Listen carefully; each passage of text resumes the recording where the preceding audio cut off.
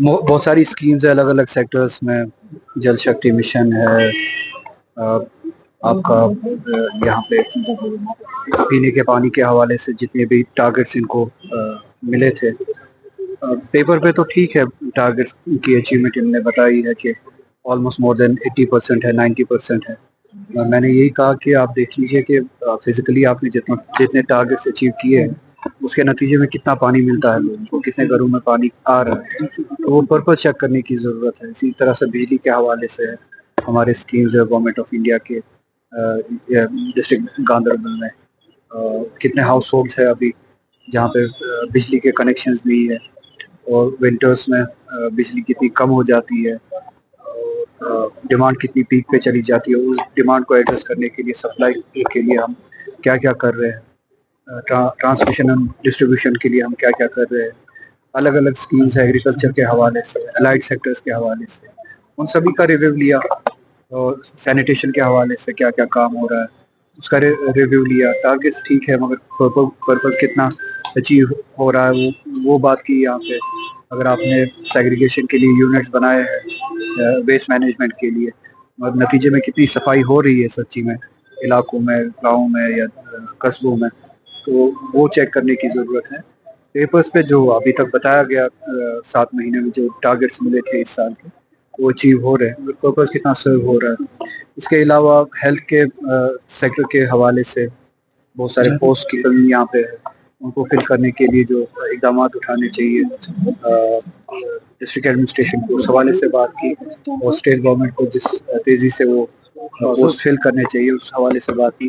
میری طرف سے ایز ممبر پارلیمنٹ میں نے اپنی کنسٹیٹوئنسی میں جو سری نگر، گاندربل، بڈگام یا پلوامہ پارلیمنٹری کانسٹیٹوئنسی ہے، ہیلتھ کے حوالے سے میں نے الیکشن کے فوراً بعد ہی ایک کوشش کی تھی کہ جتنے بھی ڈسٹرکٹ ہاسپٹلز ہیں میری کانسٹیٹوئنسی میں ان سبھی میں CT اسکینز جو ہے وہ لگایا جائے.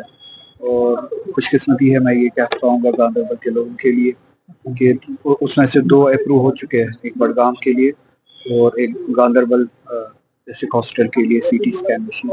اس کا سٹیٹس پتہ کیا کہ کب تک وہ انسٹال ہو رہا ہے، تو مجھے یقین دہانی ملی کہ اپروول آ چکا ہے، فنڈنگز وغیرہ سب کا انتظام ہو چکا ہے. اگلے آنے والے اس 1 مہینے میں وہ ہم کمپلیٹ کر دیں گے. اور امید ہے کہ جو کوشش کی تھی میں نے اس CT اسکین مشین جو ہے گاندربل کے لوگوں کو ملے گی. اسی طرح سے MRI کی بھی کوشش کروں گا. جب میں نے گورنمنٹ آف انڈیا سے CT اسکین کے بارے میں پوچھا تھا ہر ایک ڈسٹرکٹ ہاسپٹل کے لیے، تب انہوں نے کہا تھا کہ یہ کہا گیا تھا کہ ساؤتھ پلوامہ میں یہ فیسلٹی ہے. تو میں نے یہ کہا پھر کہ آپ MRI مشینز دے دیجیے. اسی طرح سے وہ کوشش میں گاندربل کے لیے بھی کروں گا. تو ان سبھی اسکیمز یا یہ جو کام ہے ہمارے کا ریویو لینے آیا تھا.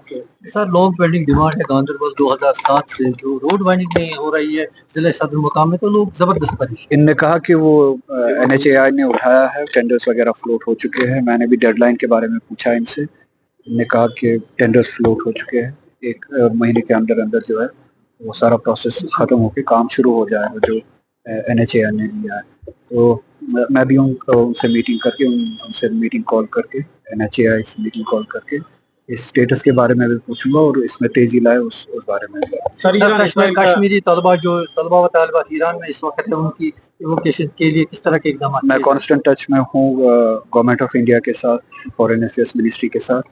ابھی تک جتنا بھی ان سے جواب ملا ہے وہ یہی ہے کہ ہم رجسٹریشن کر رہے ہیں جتنے بھی اسٹوڈنٹس ہیں ایران کے مختلف شہروں میں، ان کو جمع کر کے ہم جو ہے ایویکویشن کے لیے ایک ونڈو ڈھونڈ رہے ہیں. ابھی آپ کو پتا ہے کہ ایئر اسپیس بند ہے. مجھے یقین دہانی دی گئی ہے MEA کی طرف سے جو بھی ایئر اسپیس کھلتی ہے تو ہم ان کو ایویکویٹ کریں گے وہاں سے. کل ہم نے کوشش کی تھی کہ کم سے کم تہران سے یا ایسے جو ہاٹ اسپاٹس ہے جہاں پہ اٹیک زیادہ ہو رہے ہیں وہاں سے انٹرنلی کم سے کم ایران میں سیفر پلیسز پہ بچوں کو لیا جائے. تو کچھ بچوں کو کل قوم میں لیا گیا.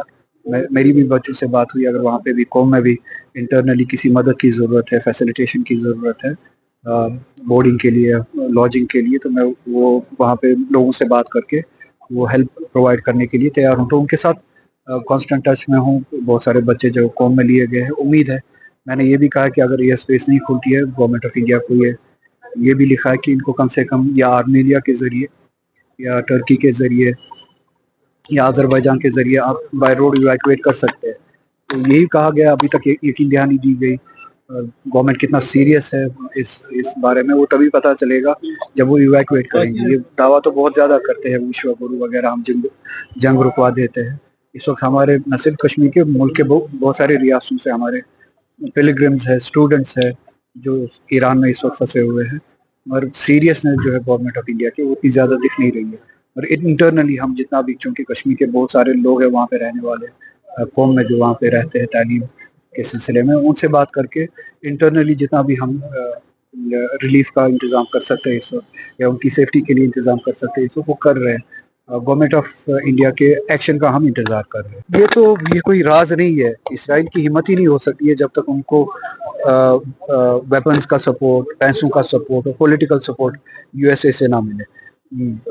اسرائیل کی رجیم کی, زائنس رجیم کی وہ حیثیت ہی نہیں ہے کہ وہ اکیلے اس طرح کی حرکت کر سکے, جنگ لڑ سکے. ایران جو ہے وہ اسرائیل سے نہیں لڑ رہا ہے ان سبھی طاقتوں سے, بلکہ ویسٹ کی پوری طاقتوں سے اس وقت اکیلا لڑ رہا ہے. اور اسرائیل کے پیچھے پوری ویسٹرن طاقت ہے, یو ایس سے لے کے یورپ کے بہت سارے ممالک فائنانشیل سپورٹ بھی, ویپنری سپورٹ بھی دے رہے ہیں. ایران اکیلے لڑ رہا ہے اور آپ کو پتہ ہے.